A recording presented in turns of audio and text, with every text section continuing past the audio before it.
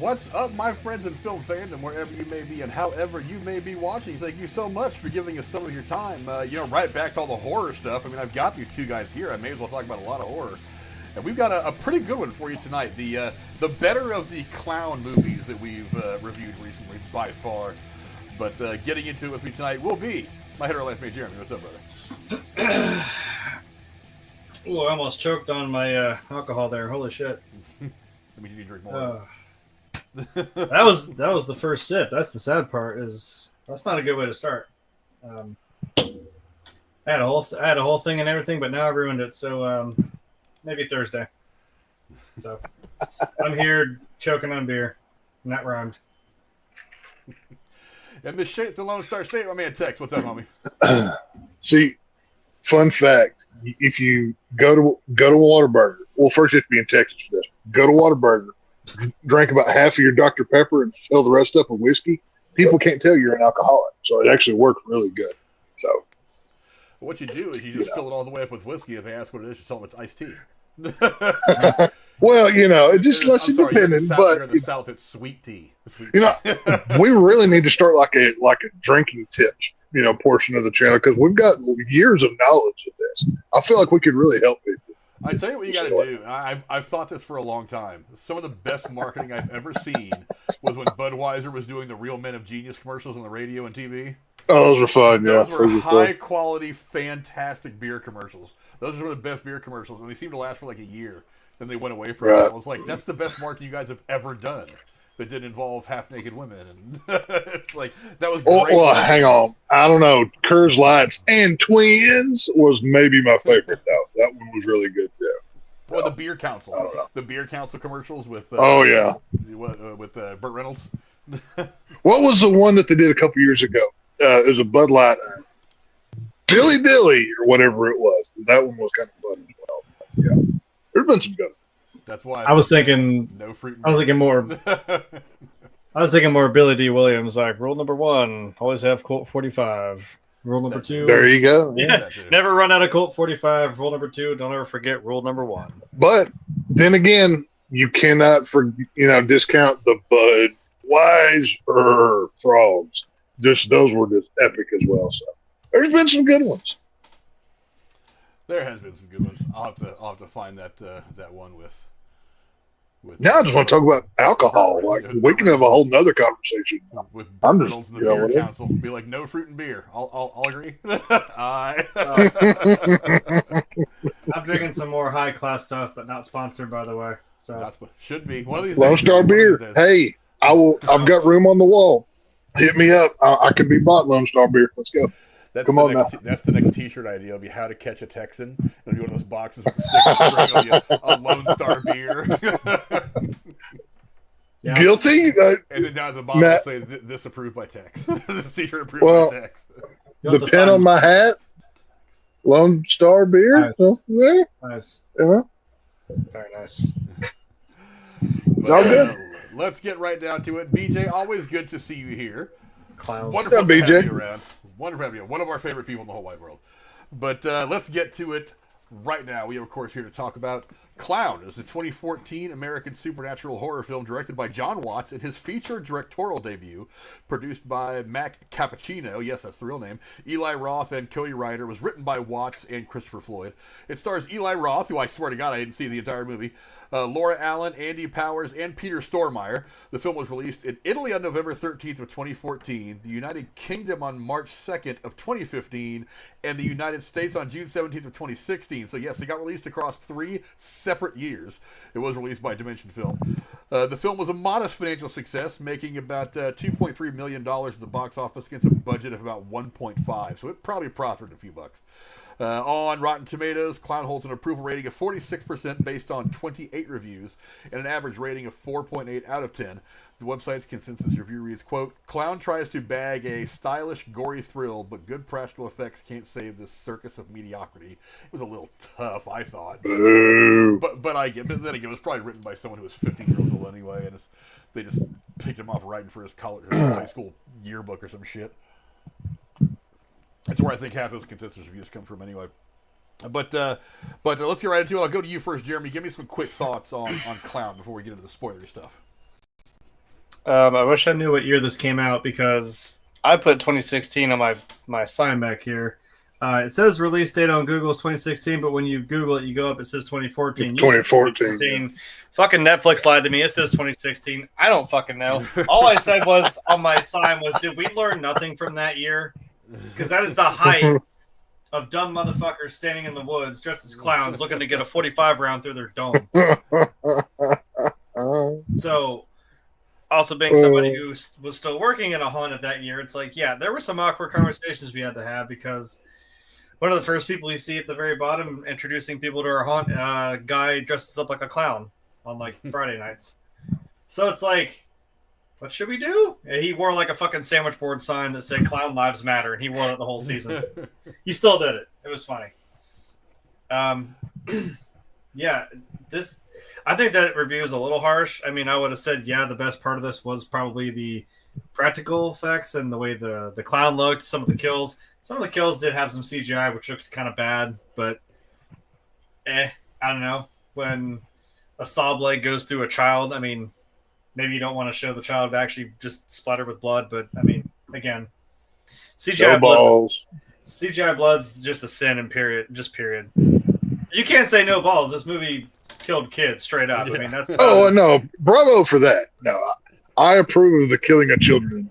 That's a good thing. Somebody clip that. Metaphorically, you two. Metaphorically. I said in horror. I put in context, guys. Calm down, YouTube. You can't hate us anymore. I said in horror. Calm down, Google. You bunch of overlords. No, you got to jump on the bandwagon. You got to do the joke when you say, "I'm going to kill somebody" in Minecraft. Like, in Minecraft. I forgot about it in Minecraft. Yeah. Oh God, I hope we talk about that someday because that was interesting. But no, this was a cool. No, I'm good. And it got there, and there were some points though where I'm like, okay, but like everyone's just kind of a piece of shit in this movie, and I kind of want you all to die now. Maybe with the exception of Peter Stormare, because obviously, I mean, I'm going to ruin it now. He was my favorite part of this movie, obviously. Yeah. But yeah, there's something I'll get into later about what I thought this movie was about, like that I thought I'd seen when I was younger. But we'll get into that when I get more in depth. I'll fix my chair too. Tex, how about you? Give me some quick thoughts on Clown. One of my first thoughts I had whenever I was rewatching this for this review, I was like, we should make a fan film version of this with Jeremy starring and play it off. Obviously, he's the haunt actor, right? Well, he just finds a clown costume, and we basically kind of recreate the plot, but our own version with Jeremy starring. I thought it'd be a tremendous concept, but he's like, "Oh, I went to work and now I can't, get my blah blah blah," because the whole Monday Night Saw where like the eye things were bothering you and shit. I guess that's where it came from. But this one's a fun one. I caught this one. The channel's not around anymore, but it was a Chiller. It was on satellite and cable or whatever. This was one of the movies I caught years ago. I don't know if it was 16, 17, whatever it was, but like I caught it in the middle of the day, and it was like a third of the way through, so I didn't know the name of it. I had to look it up. I'm like, this is really freaking good. Then it was like a year before I saw it again, and I found it and I watched it and I loved it. But yeah, this is a very interesting movie. I mean, the original concept for this, I mean, it was a fake trailer that they just threw Eli Roth's name on. He saw it, contacted the guys, and was like, "Hey, I want to help you make that movie." So, for all these people doing fan-made trailers, maybe there's hope for you. But yeah, this one's fun. Of course, the CGI blood is unforgivable, but there's more good to be had than bad in this movie, and I totally agree with Jeremy. Everybody in this movie sucks, including the stupid kids. Especially that wife. That wife might be the worst character in this entire film. That's what I was talking about when I said everyone's kind of a piece of shit. I was like, she's like, what? Well, she's terrible to her husband. Like, horrible, horrible woman. But whatever. Well, I meant the fact that it was suggested, and I'm like, well, this movie did straight up kill kids, and I'm like, she's really just going to sacrifice this little girl? Yeah. I'm like, you should have somebody to root for in this movie, even if it's like, say, the husband who's turning into a demon. I'm like, I can't root for anybody. I'm like, I hope you all fucking die in this movie. This was like, see, this is what I like about horror. kill them all, fuck them all. Just no, that's great. But I'm saying let's go full on bloodbath. Not to a point where I was like, who am I supposed to like? What am I supposed to care about now? Like, is anything? Right. You fucking arrested Peter Stormare in the Chuck E. Cheese, and I was like, I thought maybe he'd come back for one more, gotcha. And I'm like, cool. I'll let him walk off into the sunset, off into the rain and the sounds of the sirens and lights from the cops. I'm like, yeah, you could have done that, but you didn't. Right. Yeah, I thought it was fun. I wasn't quite the movie watching headspace, so part of me was kind of like, do I really want to do this or what? And I was like, no, I got to do this. We're doing this tomorrow. I got to sit and watch the movie. I ended up liking it a lot more than I thought I would. It actually got me in the mood to watch the movie. I actually think the plot and the writing is by far the strongest point of this movie. Acting, like Jeremy said, not so much. I mean, with the exception of Peter Stormare, everybody in this movie was a bit rigid, a bit green. That's okay. I mean, you got to start somewhere. But yeah, I ended up liking it a lot more than I thought I did. I actually, like I said, the plot and the writing is actually really, really good. It's a lot better than I expected it to be from a first-time director, first-time everything, relatively young cast, with the exception of one person. Who knows how much experience they actually have. I thought it was a pretty decent movie. But, let's get right into it now. Let's talk about the works of Jon Watts. Obviously, we know him from other things. he's been a busy guy. Obviously, he's directed all 3 of the newer Spider-Man movies, as well as some other things. Let me go to you first, Tex. Give me some thoughts on Jon Watts, his career a little bit, and then the job he did with this film. As far as the movies I've seen from him, I've seen the newer Spider-Mans, and apparently he directed the new Fantastic Four as well. That's upcoming in July or whatever. Besides this one and his Marvel stuff, I haven't seen anything the man's done. But when it comes to this film, you could tell he was new because there's a little bit of, there's a good chunk of fluff within this plot that I think you could have done away with and focused on other things more. But, the guy was new. He didn't really have a lot to work off of the time. So, grading on the curve, I think he did pretty well with it. I mean, like I said, the CGI blood, the whole pregnant wife storyline, I could have really done with that. That's whatever. But, the overall, I was happy with what he did here. I love the visual look of this film and how he I love the look of a low budget B movie horror film. That, I like the way the aesthetic of that film kind of looks, and this is right in that wheelhouse. So yeah, I thought he did pretty good. Jerry, what do you think of the works of Jon Watts and how good he did through this movie? Yeah, I'm obviously in the camp of I've seen the Spider-Man movies, which were good. As I'm looking through here, the other thing that caught my eye was the new Final Destination. I think did the story for it, or was like a writer possibly. He didn't direct it, but he's got something to do with it. I know that. Yeah, he's not the director. I tried to look. It says like story by. He's producer, and he was part of the writing staff. So writing. Yeah. Okay. Thought so. So that's kind of interesting. I mean, I think about 4 movies ago we said it was the Final Destination, but horror doesn't know when to stop. I tell you what, nothing. When I make a fucking horror movie, I'm literally gonna name the sequel The Final whatever the fuck, and then make like 3 more because as a joke. That's just what the title's gonna be called. It has nothing to do with it because it's so dumb. Whatever. Yeah, and this seems like it's a little bit earlier in his career, but I mean, to be fair, to have something of this concept, like I said, the guy that finds a clown suit in a creepy attic of a house he's trying to sell, just try to do the right thing for his kid, cheer him up on his birthday because the clown doesn't show up. So he's like, as convenient as that may seem, he just happens to find some creepy trunk that has a clown costume in it. But I mean, you could have gone to you can't go to Party City; those are gone. You know what I mean? You could have still there. I think it's still there. Yeah, I mean, I'm like, well, we have a Halloween store near us, Frank. I mean, there's that, but not everybody has that. I mean, he could have made the mop work. I mean, honestly, just a little bit of go to the pharmacy, get some like cheap paint, face paint. You could have made it work.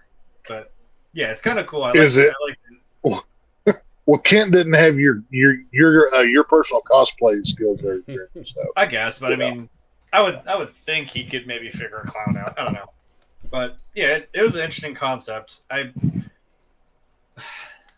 What? No, I'll save it for when we get into it. I'm still holding on to that crap that I was still lashed onto my brain from my childhood that I thought this movie was based off of. Yeah, Jon Watts, again, not a very long filmography so far. I mean, this was his directorial debut, and it was only in 2014, so it's only 11 years ago. But what's he done since then? His next movie is Cop Car with Kevin Bacon, which I have not seen, but I've heard it was typical Kevin Bacon just being awesome. He wrote, directed, and produced that one. Then, of course, he did all three of the most recent Spider-Man movies, Homecoming, Far From Home, and No Way Home. Directed all three, wrote the first one. I wonder if he's a part of the new one.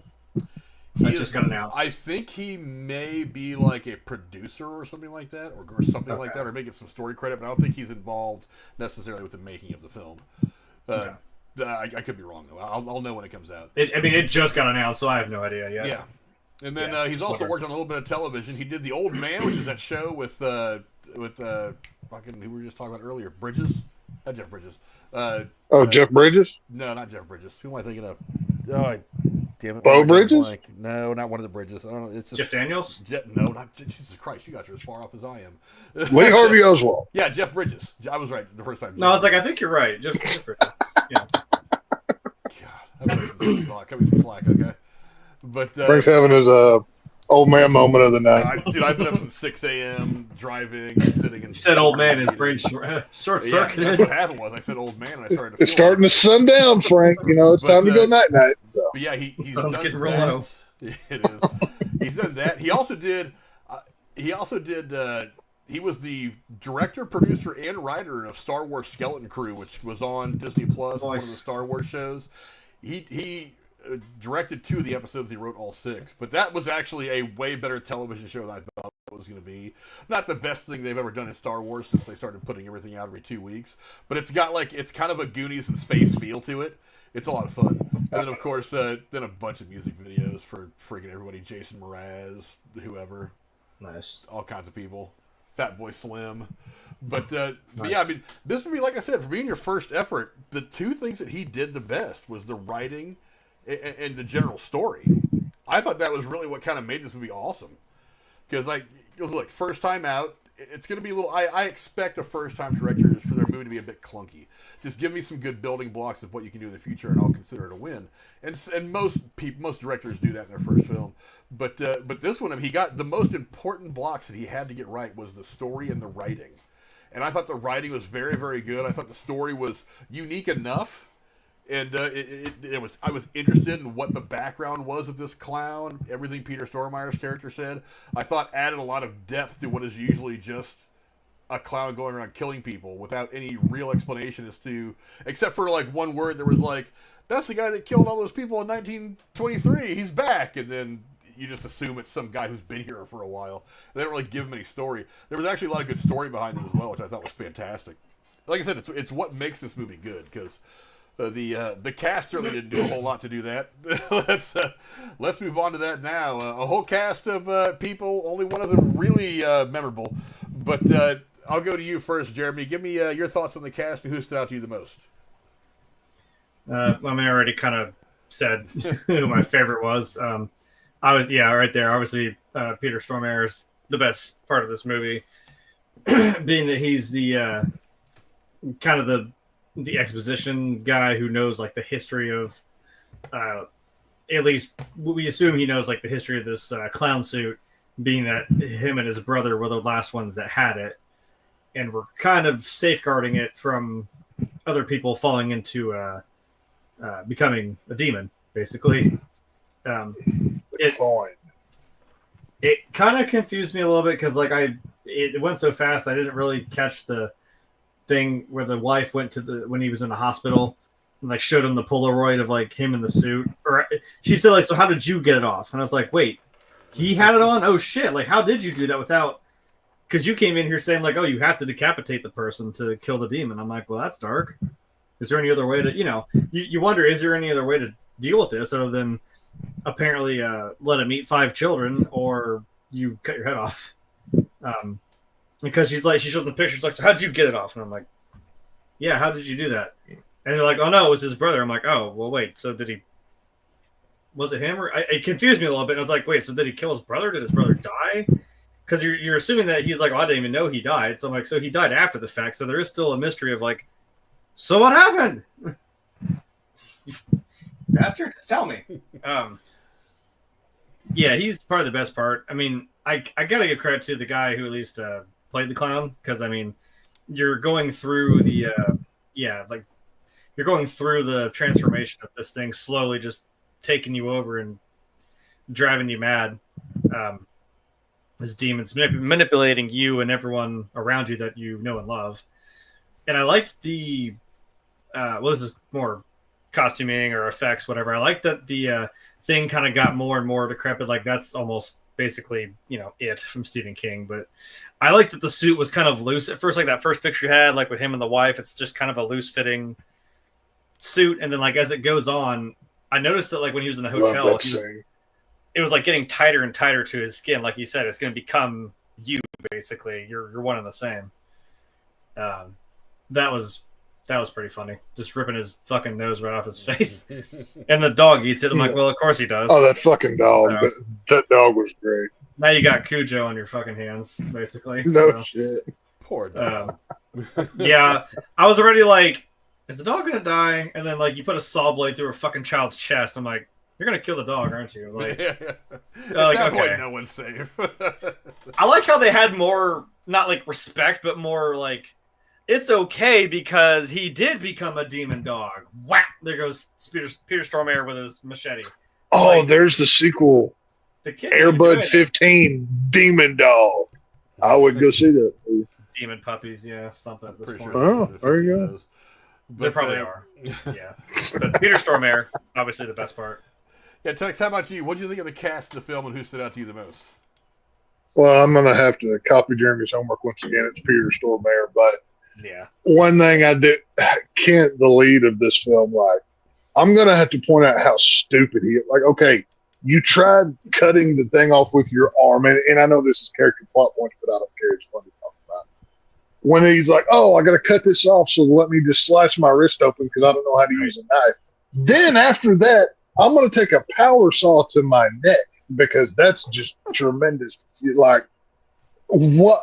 Huh? Like, maybe start at like the foot and cut up or something. Stay away from the vital organs. Like, stupid of a plot point. At least stay away from the arteries. Yeah, that's what I'm saying. Like, go for your neck or wrist first. Yeah, start in the belly. There's meat in there. You can, if you do get nicked there, you can survive. It's not that big of a problem. But it's like, oh my god, like this guy's a moron. It's like whatever. But yeah, as far as besides that, Peter Stormare. I mean, obviously I think he plays my favorite version of Satan in Constantine, like in that all white suit and everything else. He was so good as the devil. Yes. He's in the upcoming Until Dawn movie. I don't know what role he plays, but in the trailer, he's basically like the crazy Ralph of that upcoming Until Dawn movie. He's like, you don't want to go there, kind of thing. But yeah, Peter Stormare is definitely in the class of this field.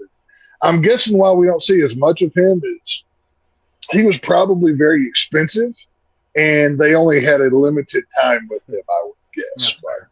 Probably. You never know. He said, I got 2 days on set. I'm out. I mean, it's Eli Roth, though. I would think that name does hold some fucking levity in the horror community. So. Oh, yeah. Eli Roth. He's actually starting a new horror movie studio where like people can actually invest into. Like if I had any money to invest, I'd do it just to get more movies made. But he's one of the modern day horror icons. Sure, no doubt. But for me, God, the cast was so bad. It's like I said, slim pickings on this. They were not even bad, like as in fact of a bad horror movie. They're just bad. Yeah, they were. Well, they were green. I could tell. So it wasn't like they were bad because they just suck at acting. They were bad because I don't know how much on-camera experience they had. That's what it felt like to me. But it was just people who don't know how to kind of do their thing on screen. It's still rigid and kind of mechanical. But Peter Stormare, obviously, he's the actor in this movie with all the gravitas, all the experience more than anything else. Like I said, when you're surrounded by a bunch of people who have never acted before, or if you've acted in 2 things, you're gonna be a fucking star. But he was really good in this movie. It's like he's kind of perfectly placed in every movie he's in. He's not like the star. Maybe he's like one of the secondary actors at most. But it's like he always fits in really, really well. Whenever I think of him, I always think back to him being the Russian astronaut in Armageddon.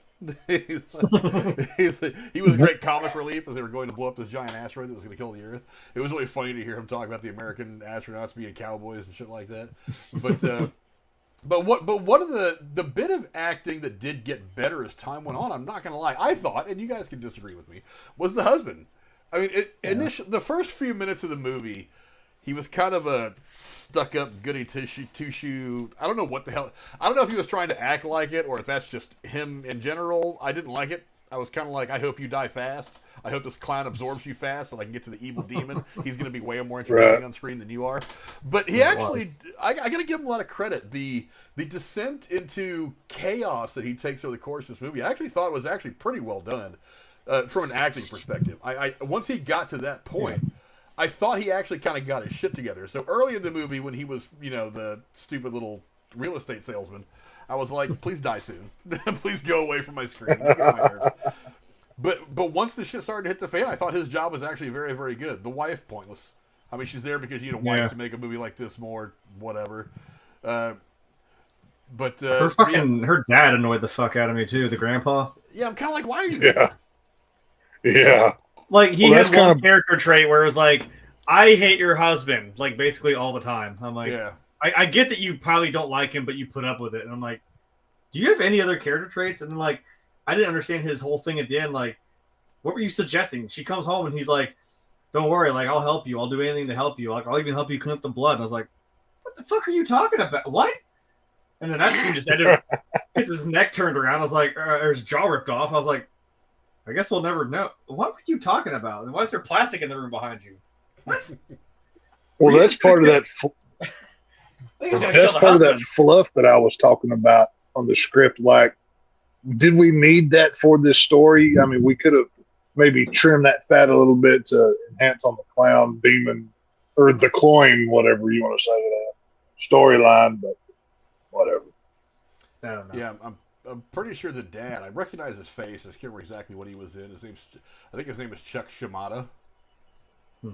Shimada. And he's he's been in a couple of movies I've seen. Although I don't remember him specifically. He was in Scanners in an uncredited role, but I wouldn't know where in the hell he was at in that movie. Let's see. He was in The Sentinel, which is a movie that came out in the early 2000s with Kiefer Sutherland and Michael Douglas. That's a pretty wild movie. The the Secret Service guy is having an affair with the First Lady, and there's some shit that happens, and blah, blah, blah. But, it's kind of a crazy movie. But it's a good movie, though. I thought it was pretty good. But yeah, I mean, like I said, the cast is just really rigid. The acting isn't fantastic, except for Peter Stormare. He's consistently good throughout the movie. The guy who plays the clown, he like I said, a rough start to be sure. He was like in the beginning. I was kind of looking at him like the two girls from the first Terrifier movie. I'm like, you should die in the first 5 minutes. That's your place. I can look at you. I can look at your face and know that that's your place. but he made Catherine Corcoran should have gotten an Oscar for that naked upside down getting cut in half. I still love that broad. I don't care what anybody says. That's it. Tremendous acting. That's a pretty cool kill scene, I'm not going to lie. But still, both those girls would have died the first I love her. I still love her. I don't care what anybody says. But like I said, the job he did as he kind of goes on in the movie, kind of that descent into chaos and despair. It wasn't madness; it was despair. Like when he eats the kid, it's not really him doing it. That's when the demon takes over. He has these moments of lucidity where he's trying to fight back over the course of the movie, trying to cut the thing off, trying to communicate with his wife how to do it, whatever, blah blah blah. So I thought that part was when he got really good. First part of the movie though, nah, not happening at all. I wasn't feeling it. But let's talk about the plot of the movie. And obviously, a guy finds a haunted suit of some kind. And like a dumbass, he puts it on. I personally would have just told my kid, hey, the clown canceled. We'll get you back next year, kid. And let him be disappointed. That's just, but whatever. We do what we do for our kids. But I'll go to you first, Jeremy. Talk about the plot of the movie. Did it work for you, or is there anything you had changed? Like I said, it's a pretty cool concept of a demon haunting this old clown suit, and whoever puts it on becomes enveloped in it, basically. And it had, I mean, if I'm assuming those rules were that you have to decapitate the person, and i.e. by proxy the demon and the person inside, or I'm assuming they were saying like, yeah, there's this rule that like the last time they did it, he killed 5 kids. What do you say? One for each month of winter, or wherever they were at. Yeah, like one for each month of winter. Yeah, because this was like a Nordic, like Icelandic fucking clown suit is where it was from originally. Because there's long winters, so I was like, yeah, that makes sense. I thought was that it? I'm like, that's kind of an interesting take. Yeah, I liked the way his life kind of fell apart around him, and it was just him trying to, you fight this demon, but it's going to fight back, and ultimately, we kind of know what's going to happen. He's going to end up losing. Like I said, I don't. The mom was kind of shitty too. I was like, and if you hadn't already set that precedent of like, okay, I know we've killed kids in this movie. That's a pretty big hurdle going over, and I'm like, you're just gonna. I'm like this poor little girl who was like scared out of her mind. She couldn't find her family after he attacked the Chuck E. Cheese with all the kids. She's like, oh, I remember you from the dentist office. You're so nice. Like, I don't know anyone else. Can you help me? And I'm like, bitch, no, you're not. Don't be a piece of shit your whole life. Come on. And she just lets her sit there, and then like the cop shows up because he apparently knew to follow her. I don't know. That was weird. I'm like, okay. I think the problem was it did feel like it was a little long because every time something happened, I was like, okay, so now what? Okay, so now what? Like, now what are we doing? Like, now what are we doing? I kind of, at the end, I kind of drug on where I was like, are you going to kill a kid, or are you going to, like, have, I mean, I'm like, I don't even care. Do the cliche thing of let the wife just hack the husband's head off. Like, you even, like, had a thing where, like, you told the kid, hey, go get some chains. That's not dad. Rar, he tries to attack you, and his head gets cut off. I'm like, save the dialogue. Just fucking whack him. You already know it's not him. But, yeah, it was cool to see those practical effects though, like the way the clown kind of it was like a clown, but then it like merged with a demon. It's kind of a hybrid of the two, which was really cool. And for everyone who is still waiting in suspense at the edge of their chair, like you're gonna inception yourself into 2 saw blades. That was cool. What I thought this was something that I saw was like, I thought it was one of 2 kids shows that I watched. Come to find out it was both that had a clown episode in them, which is really weird. It was Dexter's Lab and Powerpuff Girls. Powerpuff Girls had a clown.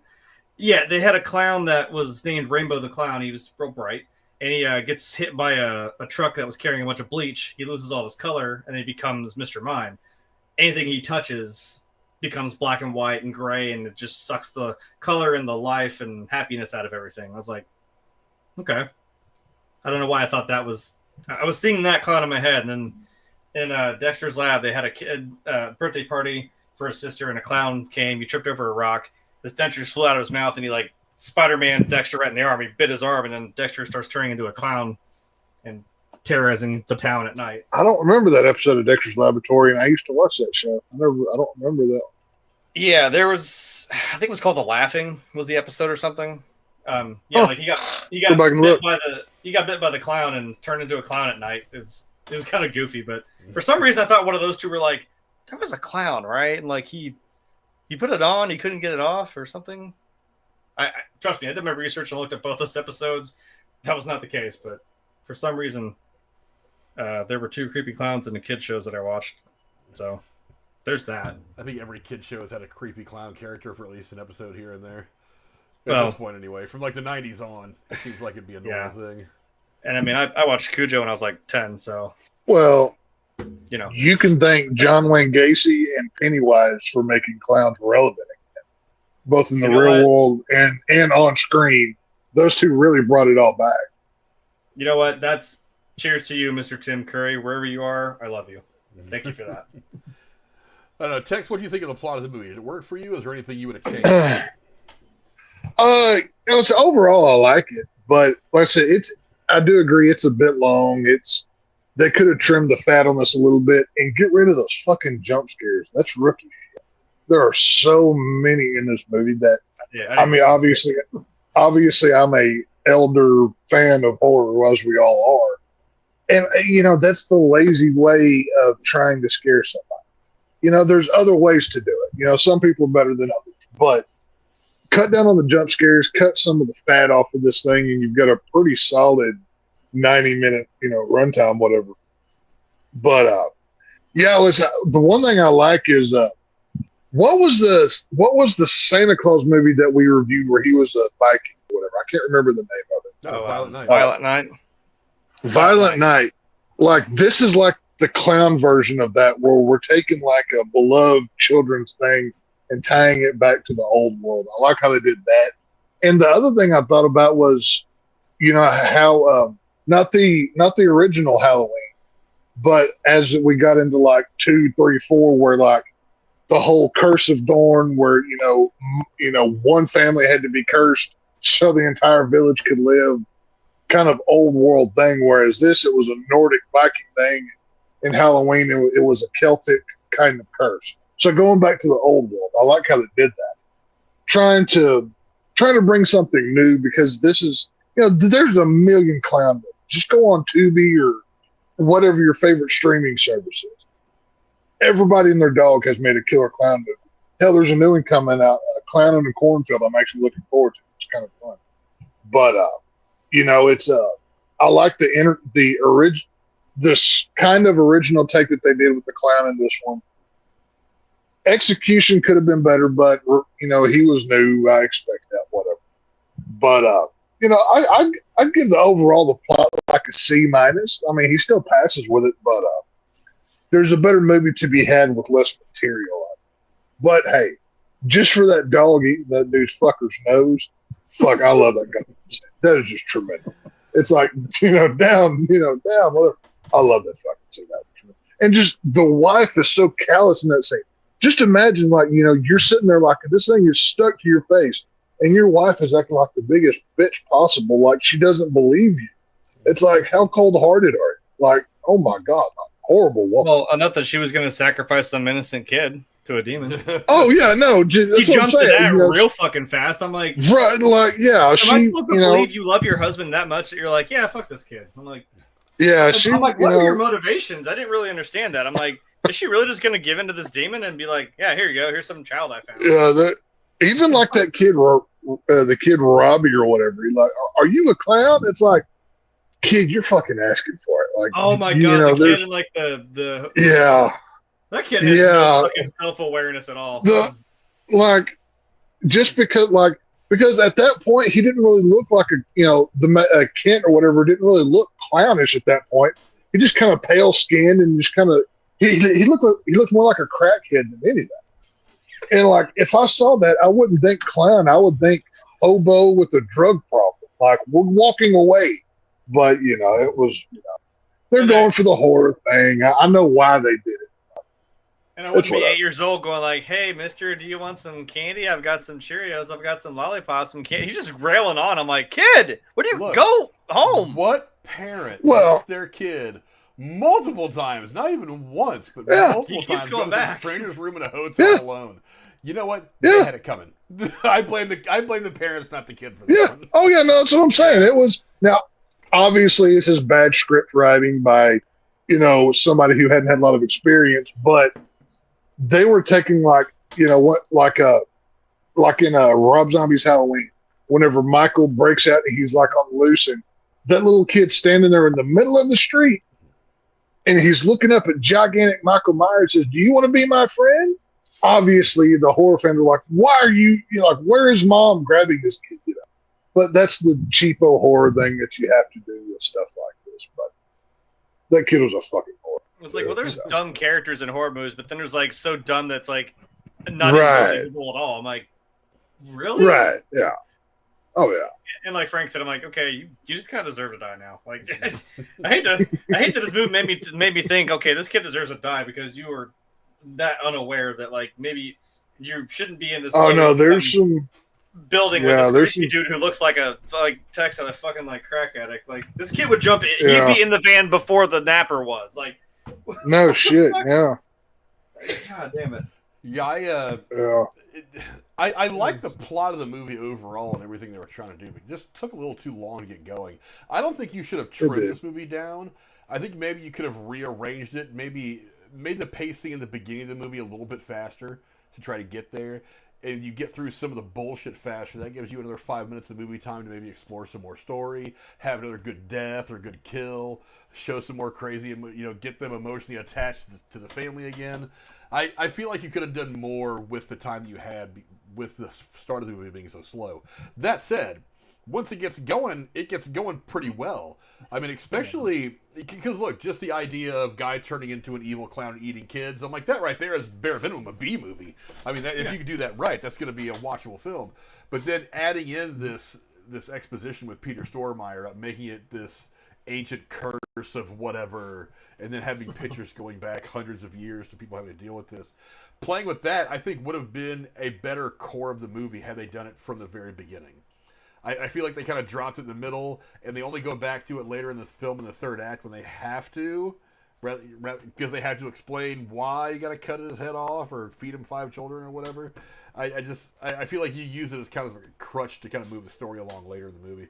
But overall, yeah, like I said, overall, once it got going, it got better. It was just a really, really slow start for me. And helped by the fact, of course, like I said, Peter Stormare is great. He helps a lot. And then by the main actor's performance getting better and better and better as it goes along. But would I change anything? Probably not. I mean, like I said, other than speeding up the first act, I think the movie was actually pretty solid. I mean, if you look at all of Jon Watts' movies, he hasn't really struck out yet. I mean, there's been some that have done better than others. But I mean, for one, he's got the 3 Spider-Man movies. They made a bunch of money. Cop Car ended up being a really popular movie. And then Wolves, which I have not seen yet. Clooney and Pitt, one of them get together. They have fun. It's always great. And Final Destination, I haven't seen yet. So it's not like he's had one where it's been a bad miss. I mean, because before the other ones, he did this movie. So I mean, from this movie all the way through Spider-Man into what's coming, he hasn't made a movie that hasn't been liked by a lot of people. Hang on, wait a minute. So, okay, he needed 5 kids dead, right? I think so, yeah. Isn't there at least 6? Like, or at one point, I think it's either 5 or 5 more. I forget, but I think at the end, the first one.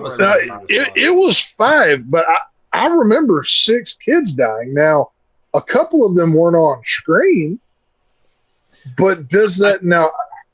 I think the one that I had in question was like the chubbier kid who was like in the scout camp or something. I was like, you see him bite his finger off and he runs away. I'm like, I don't know if he. Off. Yeah, I don't know if he actually. So. I don't know that.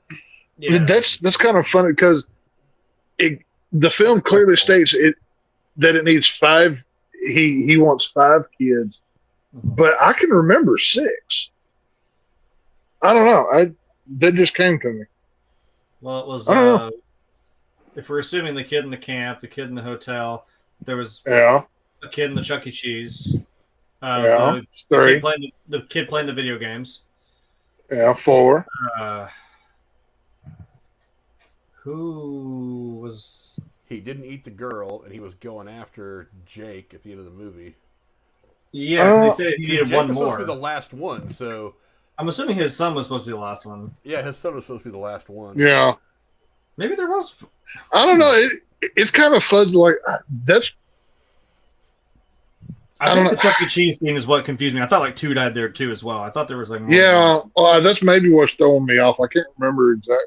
Because the kid was looking for his brother, and then he saw him, and then he got yoinked in there, and that was that was a cool shot of like the blood coming down the slide into the ball pit. I'm like, okay, that was messed up. Right.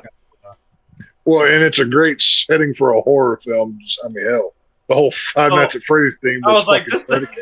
We said that we're like, okay, this turned into Five Nights at Freddy's in the third act. Also. Well, no. That's what I'm saying. Great setting for a horror film. So. Well, Tex, you understand that it makes it worse because do you know how many kids William Afton killed in FNAF? 5. Oh, I have no idea. It's 5. Really? Oh, Yeah, so, like- so hey, we can just swap out franchises. There we go. I was like, I dig it. did you really just kind of copy Five Nights here? Because he killed 5 kids as well. So I don't know. Huh? But that was actually a brand name. So I mean, I don't know. I don't know how much they paid for that or whatever. I don't know if it counts because you see it in the reflection, like backwards on her windshield. And you never see the Chuck E. Cheese. So I'm like, I don't know if that counts or like, you know, you full on see like a Coke machine. I'm like, well, Coke paid for that to put in the movie. So I don't know. One thing I was going to say, Frank, you were talking about the pacing of the story. Eli Roth is synonymous with the slow burn. I mean, almost to a detriment at that. And his involvement with this film, knowing that, shows clearly through. Because Eli Roth takes the deep approach. He wants like deep themes, deep lore.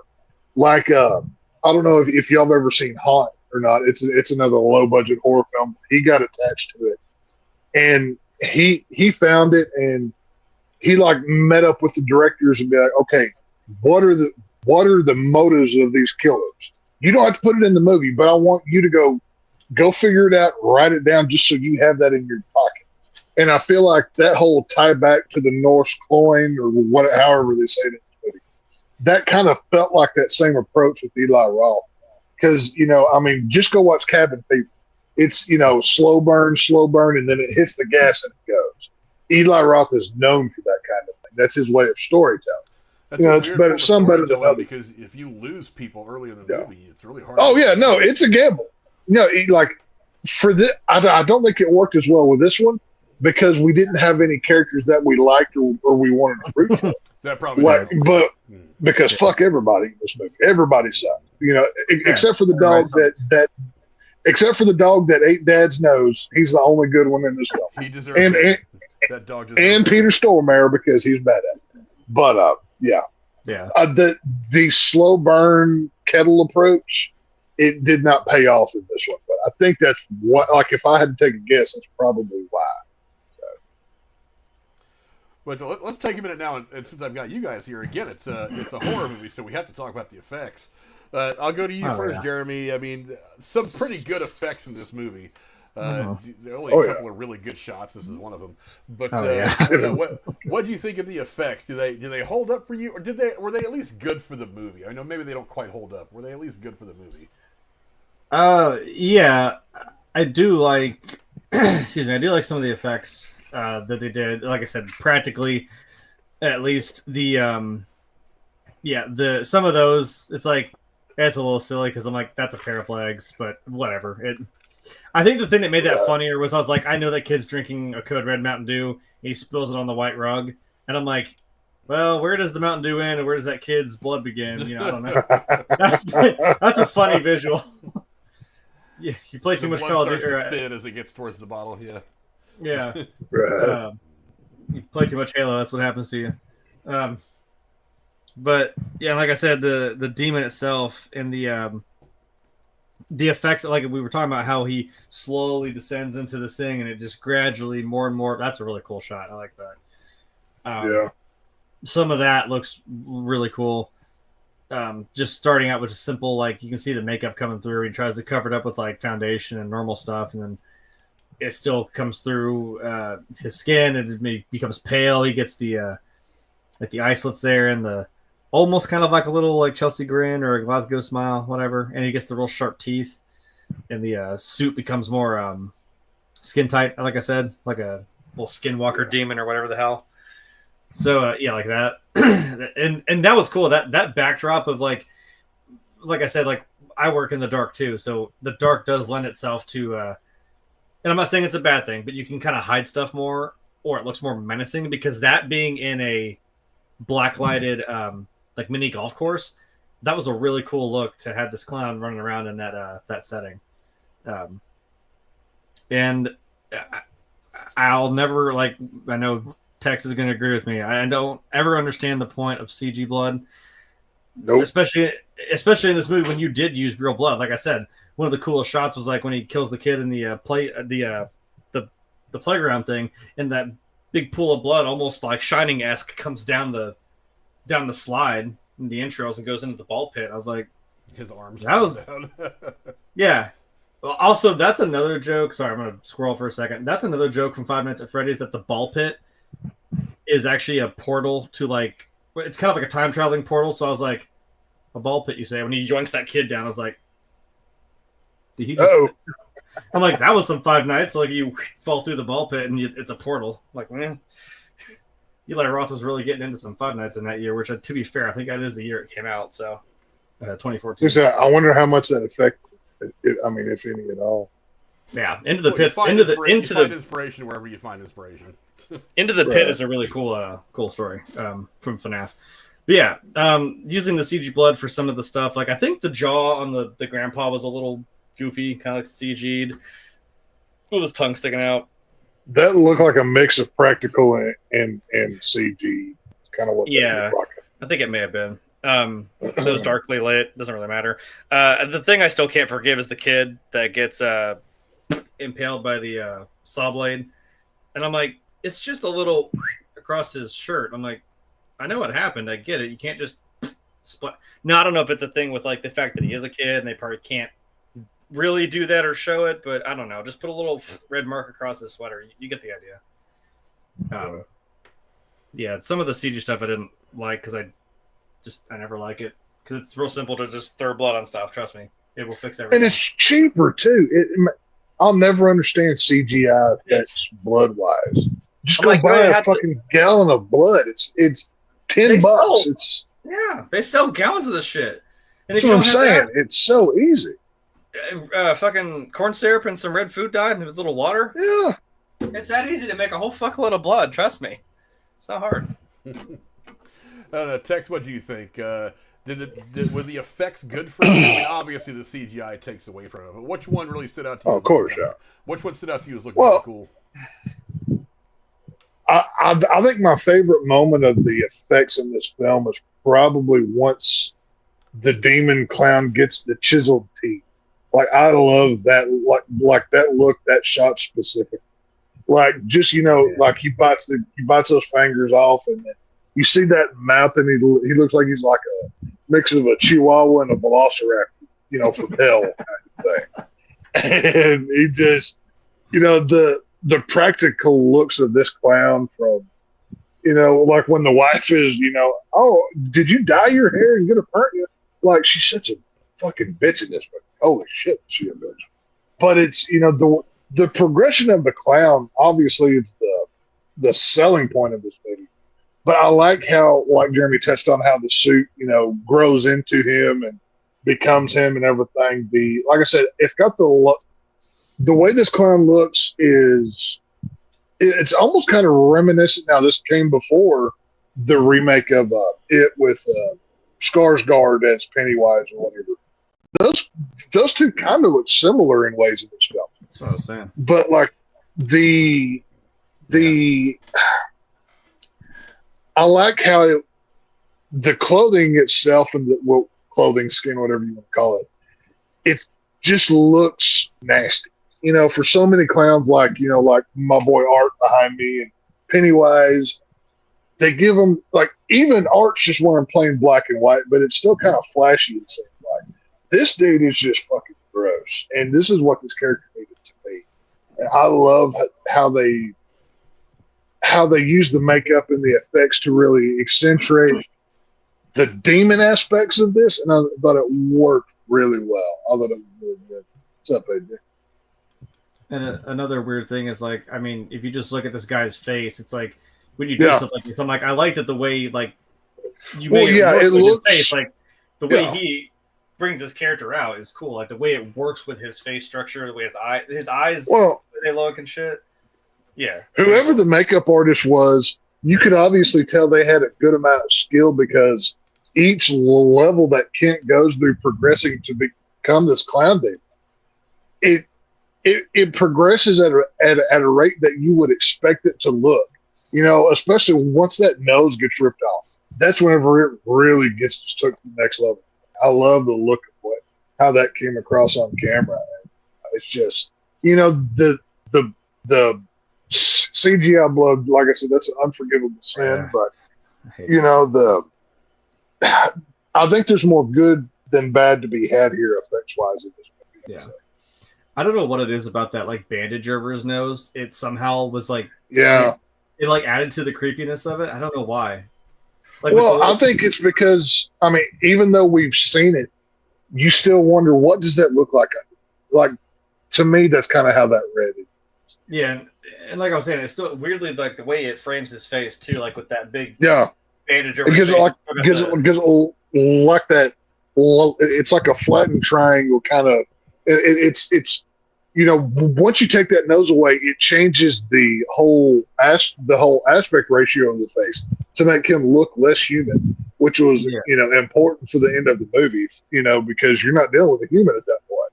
You're dealing with demon, the demonic clown. So it works. Yeah. It was cool. Yeah, I thought the effects were actually pretty solid for the most part. I mean, some of the close-up stuff is usually where you kind of go wrong in low-budget horror like this.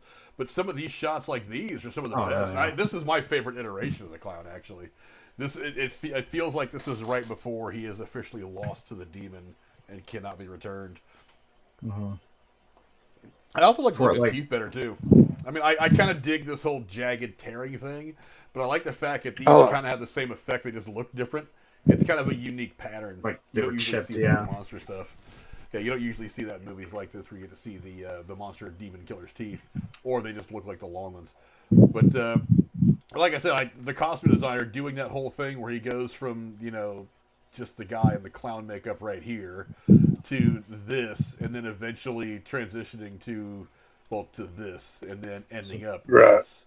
Which I do kind of like also, because it's like every clown, there's a visual cue here. Like every clown has that thing drawn over the eyes. It's maybe it's just like red circle, maybe it's the stuff going down like Pennywise or whatever. But I like how they use the scar tissue there. It looks like almost an open wound on the right side to kind of get that effect, as opposed to just having some makeup mysteriously. Because usually that's face. Makeup, yeah. Yeah, some makeup mysteriously appear on his face as he's descending into this beast. But I like how they use the scar tissue to do that. Like right there, you can really see, like, instead of that being a makeup, like a little line above his eye and below, it's a cut. Yeah, well, that was pretty sweet. I mean, clown, like that's the whole psychological effect of the clown. Like happy, friendly clowns will use like the round shapes because for whatever reason that's more appealing to a happy thing. Whereas like the angrier clowns, like a John Wayne Gacy or like a Terrifier, Art the Clown, or like the nude version of Pennywise. Well, lots of straight pointed lines. It's not as round or whatever. So it gives you a different aspect of. It's not like with Art over here. Obviously, with the big black circles and the gigantic black mouth, that's extenuating. Whereas this clown is just. I think that's more of the demon than the clown. It's like this makeup appears more as if a demon face put on clown makeup, whereas vice versa. You know what I'm saying? But it works for this is a elder clown from a bygone world, so it's not going to look like Bozo. You know what I mean? It's a different look. I really do like, and I really wish I could have gotten a better picture of him because this was really hazy. I had to kind of blow it up a little bit. But I really do like. Well, I love it. Like, Blacklight is great. Just the look of the clown, not just in this particular shot, but just as a whole. As he kind of gets into this final form, he has that thinned out kind of whatever's around his neck. It kind of reminds me of the dinosaur that killed Nedry in the first. I was gonna say the Dilophosaurus, yeah. I've been talking. I talked to Rudy Gamer really much, but just kind of like the skin tight, leathery. It looks kind of like alligator skin. Like the couple of close up shots you get, it looks like alligator or snake skin, which is kind of cool. So it's kind of scaly. Yeah. You kind of, as it kind of absorbs you, you kind of turn into the demon. You just have those funny little patterns on there that make you look clownish. I thought that was actually really cool what his final form would become. I wish they would have given us a few more close-ups of that. And like also something not in the dark, something in full color, so I could see probably less colored, probably with something, because I think the whole thing to begin with is like a very gray, dark gray, or maybe light gray kind of thing. It's kind of like a tannish kind of brown gray kind of color to it. To be fair, I think the interesting thing was that like it seemed like the blood of this thing was like rainbow colored, and that was kind of. Whenever he shoots himself in the head, I was like, that's a cool shot. Like, where he tries to kill himself in like Yeah. the bathtub, he shoots himself through the head. And the blood like splatters at the back, and it's this rainbow pattern on the wall. And I was like, I kind of wanted to laugh. I'm like, that's goofy as hell. And I'm like, I'm not gonna lie, I kind of did laugh. I was like, what the fuck was that? I was like, Well, why did he just splatter rainbow imagine- blood on the wall? Like, what? just imagine put yourself in that situation. You just tried to off yourself, and you're just like, oh, well, that sucks. Like, oh, okay, well, I guess I'm Superman now. Like, that would be my first thought. Yeah, I but, kind of. you know, I was what- kind of like, that Yeah. can't be it. He like coughs. He like comes back. I was like, yeah, you have to cut your head off, dude. You can't. Oh, he straight up just pukes just vile crap all over people in this movie. That happens 2 or 3 times within this film. Oh, And I yeah. was gonna say, I think the end when she finally, the mom finally decapitates him with the sledgehammer, when it's like melting and almost kind of, it reminded me of the text. You know what I'm talking about, like the Evil Dead, like the way the Deadites like disintegrate and shit in the original movie. Oh, yeah. That's what that reminded me of. I was like, it's like they're disintegrating, and he's Wait, got this. how do you decapitate with a blunt sledgehammer? I did question that as well. I was trying not to say that. I'm like, whatever. Yeah. Although she did have to like yank it off because it didn't quite come off all the way. She had to yank. Well, his head yeah, off. there's that one gooey piece that's of flesh that's holding it together. But like, you couldn't With get a an chain axe. and a- Like, Yeah. I don't know. Like, you can't Peter decapitate. with Stormare one had an axe. object. You just let him get arrested with it. Like, you could have just taken it. Well, see, that's the thing. Peter He's the only Stormare, smart one. he could have stopped this like 30 minutes ago. He tried Right. to cut the guy's head off, and then he wants to cut his own head off like 10 minutes later. Like, you should have just let him do it. He could have solved your problem for you. Like, he tried to help. But whatever. Yeah. See, even my Bad mom said that. decision I was like, there. I'm like, yes, I did say sledgehammer. Somehow she just whacked. He already had like a cut across his neck, and she put a chain around his neck and was like pulling. him, Yeah, and he but was, still, like, and then she I just mean- like golf swings him with that sledgehammer, and it just comes off. I was like, what? Okay, yeah, like, I don't know. sure. That's the gore nerd in me of like, okay, that's not actually like I've seen enough slashers mess people up. Like, that's not how that would go, but okay, I'll let it slide. Yeah, but I was like, she did have to end up. There was still a bit attached, and she had to like really just yank it with her own hands. But when it did, it also did that like bubbling like rainbow blood, whatever the hell, over the basement floor. I was like, okay, it's a weird visual, but I like it because it's goofy. But you're kind of like, No, it looks good. Like, it's a cool visual. I dig it. But yeah. whatever. Yeah, I was thinking, didn't that how H2O end, where Jamie Lee Curtis hits Michael hits him on the side of the head with an axe? Yeah, but like just somehow swings. makes a clean cut. Well, across his neck. H2O, if you slow also- it down, she does get him in the neck, but technically that's not Michael. And it's not that I know this, but I'm just like, it's not exactly an easy thing to just cut someone's fucking head off. That's the other thing. I feel like You don't do it in one. whenever no. you see Well, like a zombie too much- movie there's or too much something like here. that, yeah, Yeah. all those ligaments and everything like that. Even Your after spine. you die, even after you die, they're not exactly that brittle. So every time I watch, like, because You have I to remember hack. thinking this when we were watching Scrooged a couple of years ago to review it. Like in the beginning of the movie, you see all the tendons and everything break away from that zombie guy that's coming to fuck with Bill Murray's character. And I'm thinking to myself, I'm like, those things aren't that weak. So I was like, they wouldn't just tear away Well, like that. But whatever. I've never, and I also want to classify this.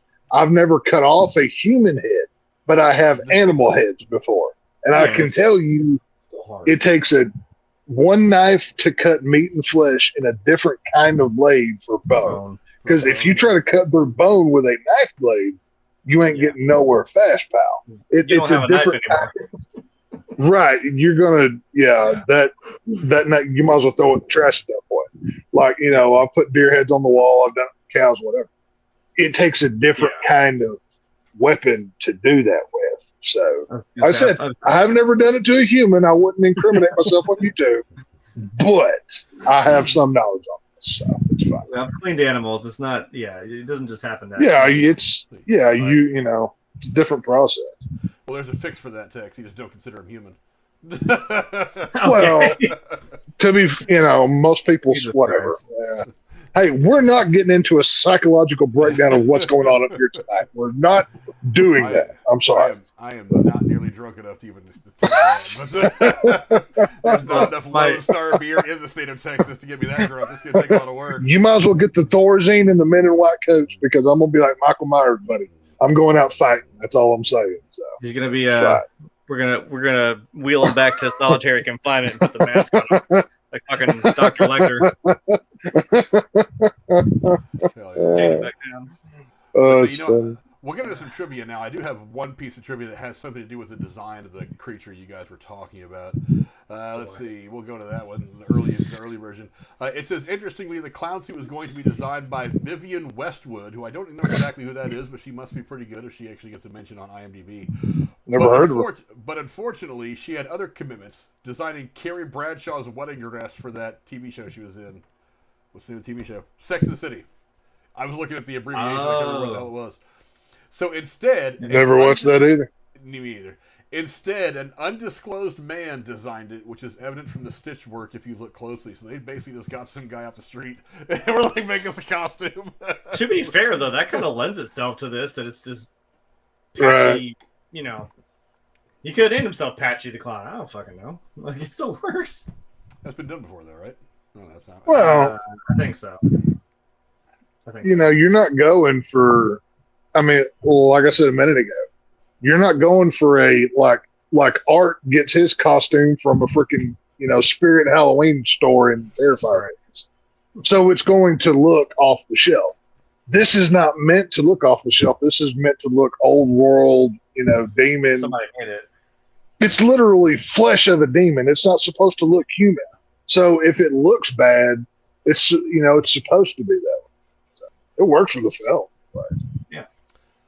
I just think it's funny that they got some guy off the street. They're like, "Hey, can make us a scary clown costume?" He was like, "All right." Man, why can't I get so lucky? Just be in town, getting a hamburger. Hey, you want to help make a horror movie? Hell yes, I do. Let's go right now. Like, how come I can't have that happen? That'd be a great day. I just looked up Vivienne Westwood. It's apparently a British fashion designer. Okay. I feel like it might have looked a little. It may have looked a little too polished. Then, if you're like we were saying, I think it lends itself to being kind of more decrepit. Like, yeah. I don't. Well, it's the same problem. If you're gonna make it look it's old, yeah. Well, it's the same problem I have with like early Halloween films. Why does Michael Myers' mask always so clean and perfect? Like now in once basically after Zombies Halloween in 07, then you got the dirty mask, the whatever. But every film before then, it's always pristine, clean, and white.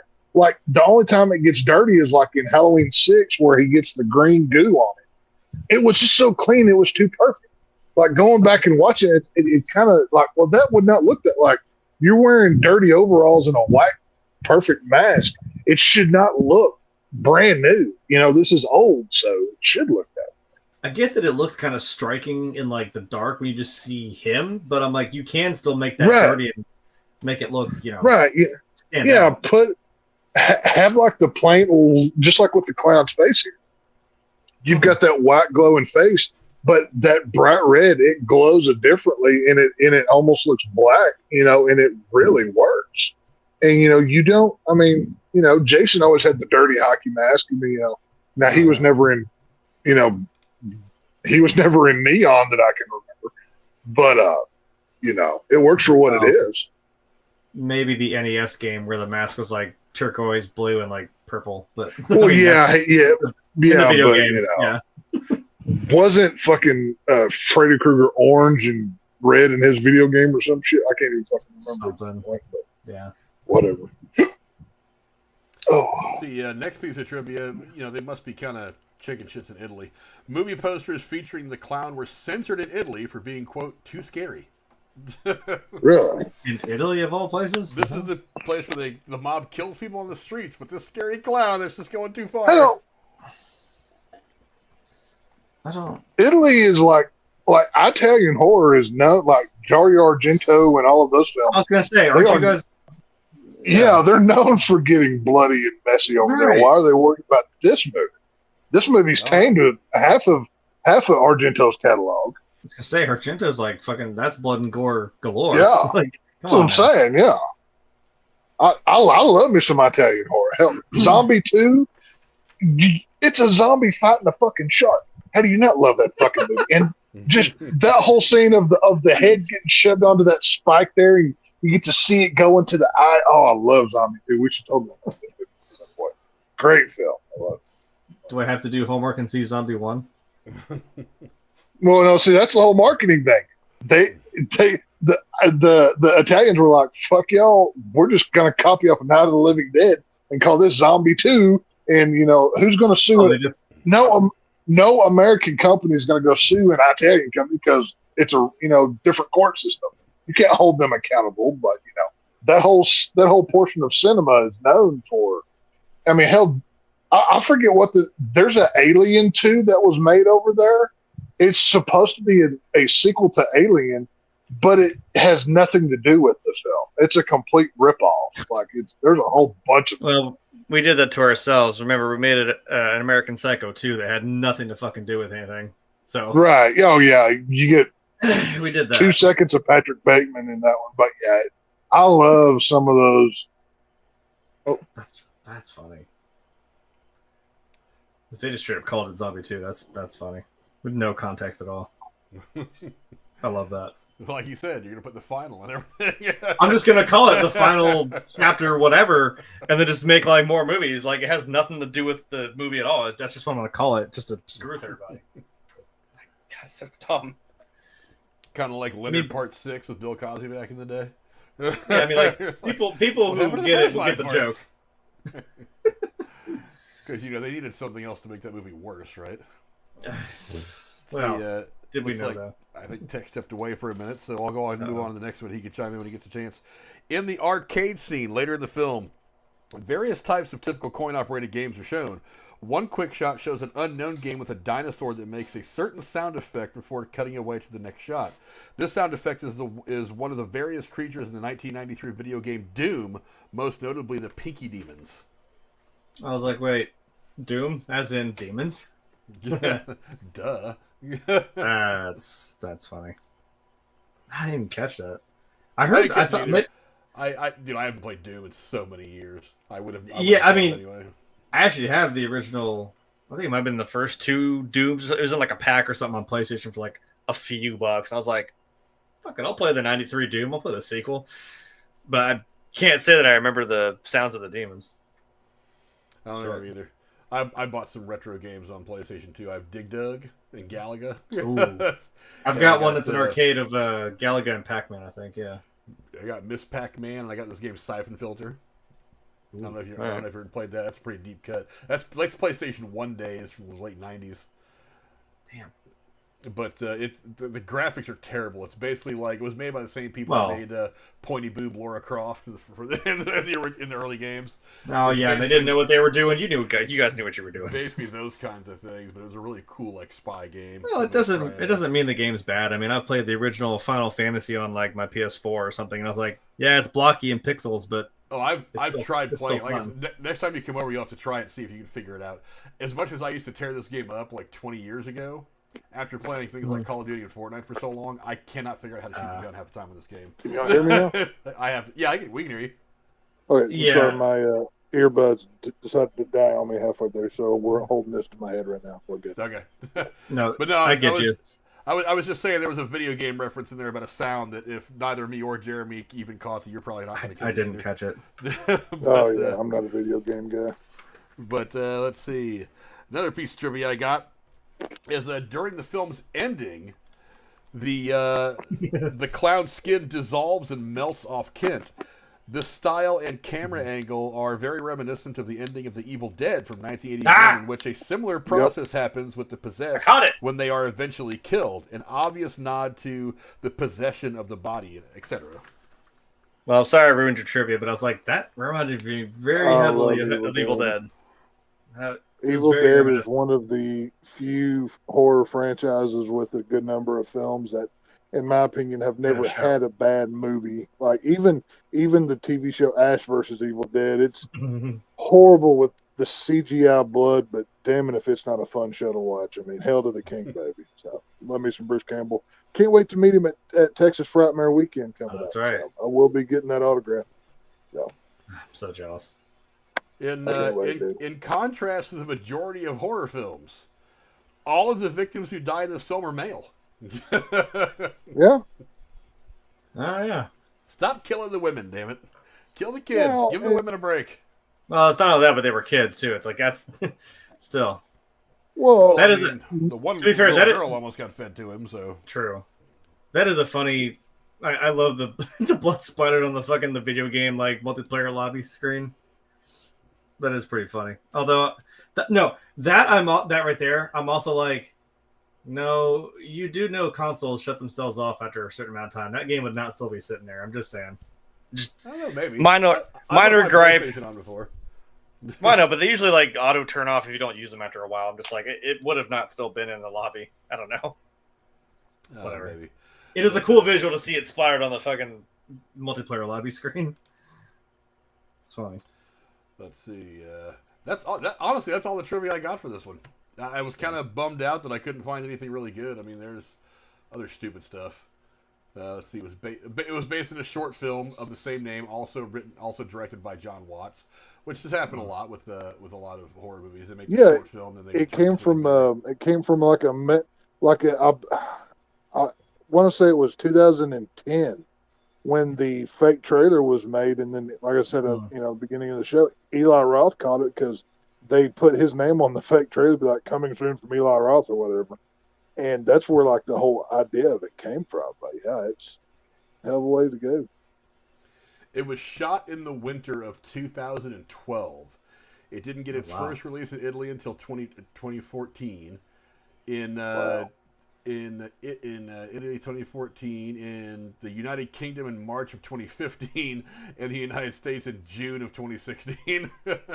Maybe that's what I was I thinking. mean, it's not entirely unusual for a movie to sit on the shelf for a few years. It's happened with smaller projects, but I mean, that's pretty crazy. It took 4 years to get this thing out in the United States, which is kind of funny. Yeah, other than that, there's not any good stuff here. Stuff about its DVD releases in Canada, which I couldn't give a rat's ass about. No shit.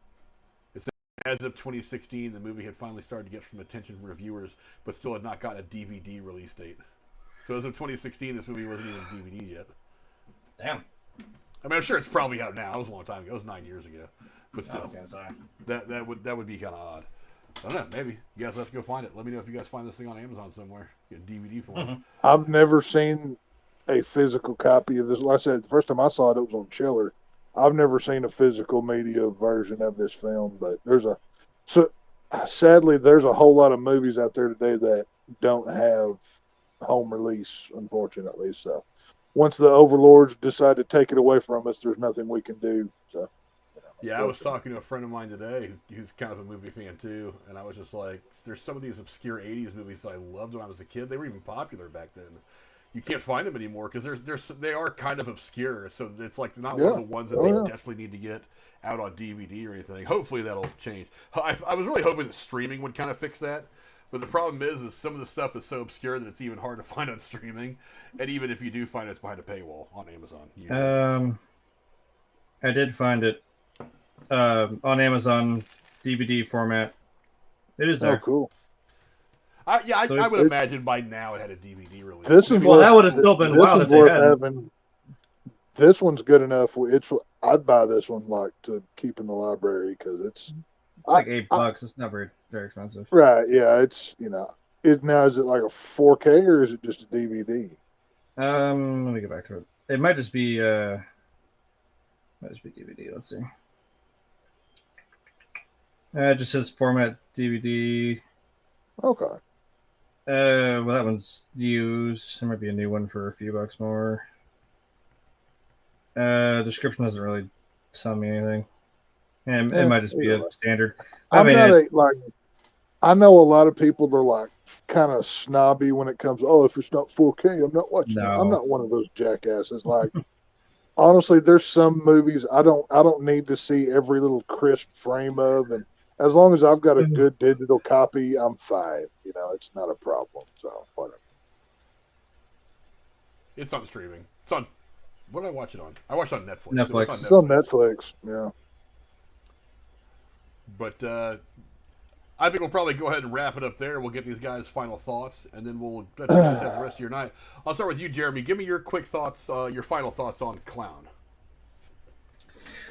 It's like I said, it's an interesting concept. A demon-possessed clown suit that basically just overtakes you and makes you have a hankering for children. So it crossed those lines, and I mean, hey, kudos to it for that. My only, again, like we said a few times, don't do CG blood. I mean, unless there's some accentuating reason as to why, but I mean, just throw some blood on your actors, man. It's a fun time. I mean, I can tell you from personal experience, it's fun. Yeah, I mean, I'd say it's worth a watch. I mean, I didn't not enjoy myself. I'm still thinking about that stupid the rainbow blood. It looked like there was an air cannon that just blew some like half melted sherbet ice cream all over the wall behind him.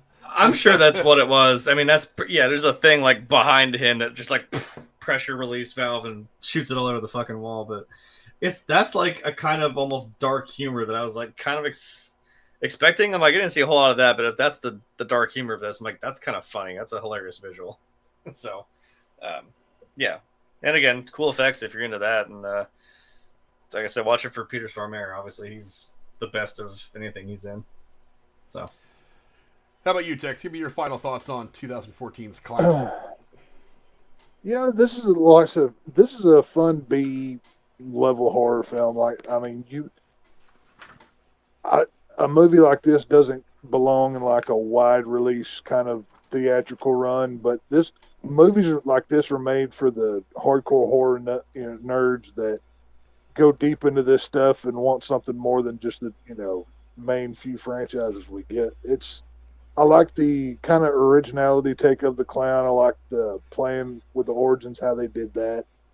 Like I said, heavy points off for the CG blood, but there's more redeemable factors about this movie than bad things. So yeah, I like it. It's a fun one if you haven't seen it. I mean, hell, it's free on Netflix if you've got that. I mean, if not, go ask for somebody's password and check it out. It's a fun little movie, and you get to watch a dog eat a motherfucker's nose. So it's always fun.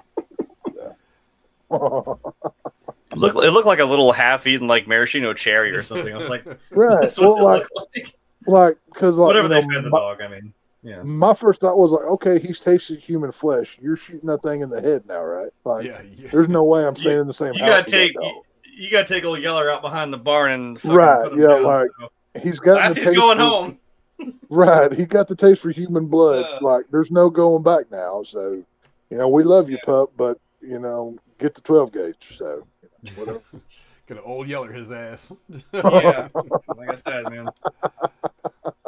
Yeah, like I said, I wasn't really feeling this movie when I first started watching it, but as I started watching it, like I said, the story is really what kind of carries this whole thing, and the second half performance of the guy who turns into the clown.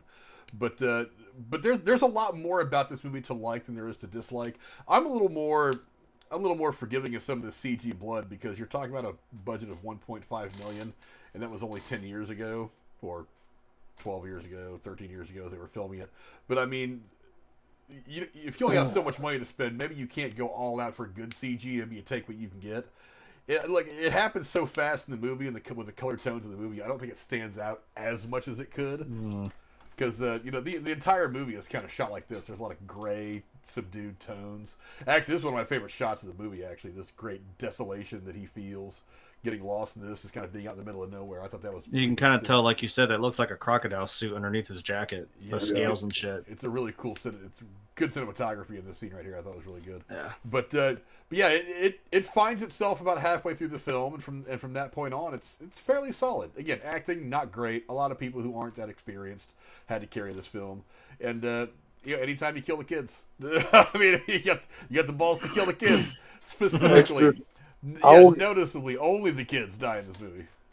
Yeah, Oh, yeah. like I said, it's just good. kids But and a dog. and the dog. Yeah, they killed the kids Like, and the dog. the two cardinals say you killed kids and a dog in this movie. Like, holy The two crap! things you don't do is that's exactly the only people that die in this movie. That's kind of ballsy. Yeah. But yeah, I thought it was decent. I think it's worth a watch. I'll even sit down and watch it again one of these days. Just maybe pick something out of it that I missed the first time. But yeah, it's fairly solid. It ended up being a lot better than I thought it would. I also love this visual in the background right there. The kids are all right. That's like an album cover right there. I love that. Yeah. I love that. It looks like a cool album cover. But yeah, so go check it out. Again, it's on Netflix. If you have an account on Netflix, you can go watch it on there for free, or the cost of Netflix, as it were. But yeah, it was a solid movie. I didn't mind it. I'll give it another try one of these days, maybe. But let's go ahead and get out of here now. We'll make this one a little bit shorter because we're gonna be loading up for Thursday's review, and then of course this weekend, Jeremy, we've got Last of Us comes out Sunday night. So yep. Not next week, but week after next, Tuesdays will be all about The Last of Us. I'm really looking forward to that. Let's go golf club. But Jeremy, where can the folks at home find you, my friend? So I'm here Tuesday and Thursdays when we're not reviewing Die Hard or the clowns that think it's a Christmas movie. So maybe we'll start making puns about the movie we're currently watching about how it somehow ties into the fact that it's not a Christmas movie. Jesus Christ. And I don't do anything else. Actually, hold on. Right next to me. I got kind of nostalgic the other day if anyone really cares, but I'll hide the price because I don't want to talk about it. But I found a steel book of a game that I used to play when we were talking about Tom Clancy. It kind of got me back in the mood to play The Division. Specifically The Division 2 from Tom Clancy. So got a steelbook of that. I got the original game again, and I'm having a blast with it. It also let me know that, oh yeah, you haven't signed in like 1,387 days. I'm like, thanks. I know I didn't play it for I didn't play it for a few years. I passed a couple players that were like level 4,000 or some crazy shit. Like, I know I didn't play for a while. Chill. But started a new character, just kind of dicking around, having fun. So it's a fun game. And to the Sheriff of Lone Star State, where can the folks at home find you, my friend? Oh, here Tuesday, Thursdays, whatever may happen. We got it close on this one. That was I got in like 2 minutes before it was time to go live streaming, so we're cutting it close. But last night, now I said I always have a recommendation. This one, might be generic, whatever, but go rewatch Texas Chainsaw Massacre 2. I rewatched it again last night, and holy shit, did I have so much fun! I forgot how genuinely funny that movie is, and the greatness of Toby Hooper. He completely subverted everybody with his comedic take on that movie, and it's free on Tubi. Tubi's my shit. I love it over there. It's amazing. So, you should go pay for it on Amazon Prime because the movie is worth every dollar you pay. Oh yeah, yeah. No, much. It's my personal favorite horror movie of all time. Sorry. I bought the one of the anniversary editions that had. I can't remember which one it has, but I was just thumbing through Tubi as I do on a normal basis, and Texas Chainsaw Massacre 2, one of the I love the franchise except for 4. We don't talk about 4, but 4. Go watch 2. No, 2 was good. So. We'll have do your best Chrome Dome. Yeah, we'll have to squeeze the Rob Zombie Halloween films onto the schedule at some point this Halloween too. Oh yeah, because I feel like I would just say Tex go. He will spend 2 hours. Oh, Frank y'all don't even have to show up for that one. I can do 3 hours by myself. Me and Frank we'll just mute ourselves, turn our cams off, sit back, and we'll just take the night off, popcorn, and listen to beer, and every now and then we'll chime in and be like, right? Yep. Yeah. Just to show you the screen hasn't froze, or we haven't had a seizure. Y'all can, just like keep me pointed in a general direction, and I'll just talk to you. Take the batteries out of the toy. I'll be fine.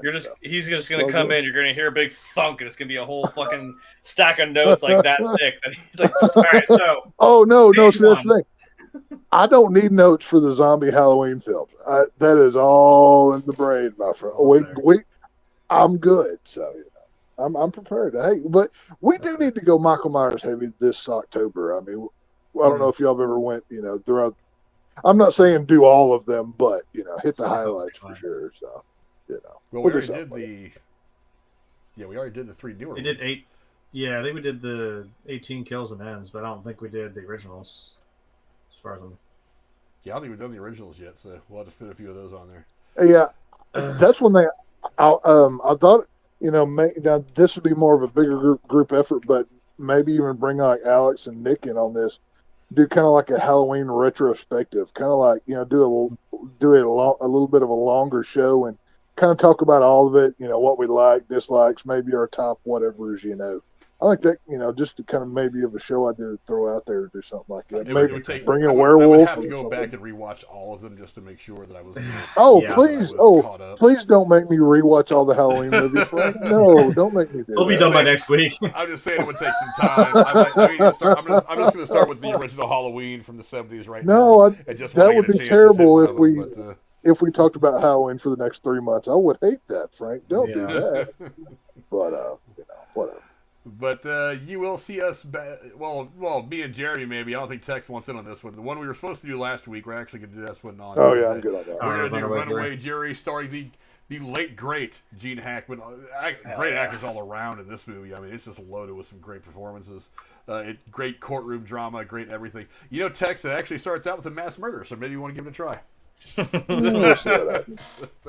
just watch the first few minutes. Let me know if you're into it or not. I mean, it's not nearly enough blood for you. But if I ever do, have my one bad day, as Joker says in Snaps, they're going to use so much of this podcast against me. It's like, yeah, we need to put him in the chair right now.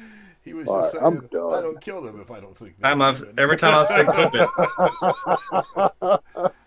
Somebody from the FBI is transcribing this right now. He's putting Tex in Texas. Enter. Oh yeah, no. New report. Ladies and gentlemen, we got him. If I ever do pop off and it finally, like I said, it goes bad, I have no shot in court. Like I have no way of getting out of it.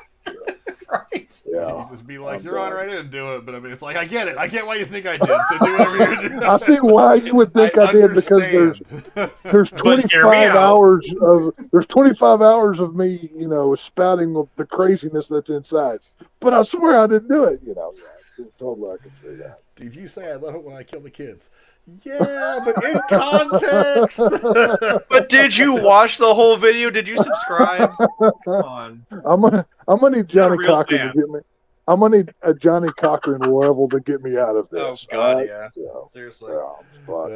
Just make sure when you make your closing statement, your closing plea, say now watch The Harsh Truth on YouTube. Go watch just make sure to plug the channel, and then like as they're putting the cigarette in my mouth for the fire, it's gonna be like, watch The Harsh Truth, bang, and then I wonder if they would make the target like the channel logo. A little product placement, that'd be awesome. Damn. You can auction that bitch off. That'd be great. Assholes, you know that? That'd be great. Yeah, but it's the internet. I mean, who isn't, I guess. True. Right. True. Because of this conversation, they're probably starting files on me and Jeremy right now, too, so don't feel bad. Yeah, well, there you go. Hey, we can all go down together, buddy. It's fine. We can all swing from the gallows at one time. It'll be a fun way to go out. I bought Cannibal Holocaust off of Amazon, so I'm pretty right on the list because I'm looking for the fucking movie. So I didn't download it. I just watched it on the Peacock, but it's on my account, so they probably know who I am. I know. I bought that movie, so I've bought Cannibal Holocaust at least twice in my life, so I don't know what that says about me as a person, but it says something. So it's fine. But yes, we will be back here, and just to satisfy the peanut gallery, go on with everybody. Like the description, that's all I'm gonna give you, a-hole. You don't pay me to advertise you, bro. I'm gonna mention your name. Pay for the ad space. Slide me a little bit of cheddar, and then maybe I put you down in the. No, you don't want cheddar from Casey because he's already licked it. God, you don't want that cheddar. Got Cheeto fingers. It's not cheddar cheese. Yeah. It's his Famunda cheese. Right. But yeah, you can catch us back here on Tuesday. Then again, a week after next week, however it goes, is going to be Last of Us. I'm really excited, Jeremy. I don't know if you caught it or not. The Rotten Tomatoes are already starting to come out, and it's getting some very, very good reviews. For the most part, very good. I think the worst one I heard is that somebody says it fails to build on the tension and emotion of the first season, which I think is kind of weird. But it was one of those reviews that overall, if you read it, was kind of in between. So I mean, it's been mostly good. I haven't heard a lot bad about it. So I'm confident. If they keep as close to they did like the first season they did with the first game, I mean, You might be able to do it. I mean, you play 20 hours of a video game. It's a little different than watching 10 hours of a show or something. So I don't know. Let's see how it goes. But I'm excited. I'm ready for it to happen. I'm just ready to get here. But you'll see us do Runaway Jury, and then it'll be next Tuesday, the 15th, is when we're going to start doing Last of Us. And then we've got the Accountant movies coming up later this month. The movie Sinners, which I've heard some really good things about that as well. That looks pretty those, cool. I'm excited. It does. Yeah, some of those are also some of those reviews have already come out. I've seen some of the red carpet stuff. It looks pretty good. So that looks like a pretty cool movie. And again, Michael B. Jordan and Ryan Coogler getting together. Hey, Right. Haley Steinfeld stuff, in that red dress on the premiere carpet. That's enough to get my money right there, boy. I tell you what. She's a looker. Oh yeah. Oh, We understand why Captain America went back in time. Come on, let's be honest. We know why. We know. We would have went with you, Cap. Wait, no. That was Haley. That was a different Haley. This one. Haley, that's Haley Atwell. Yeah. Oh, there you Haley. go.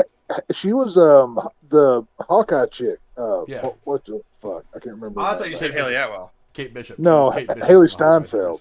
Oh, I thought you said Younger Haley gal. Atwell. My bad. No, Steinfeld. Yeah, no. I different still gal. said what I said. We know why Cap went back. God damn it.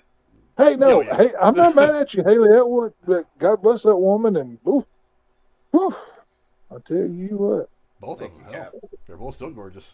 I salute you. Oh yeah.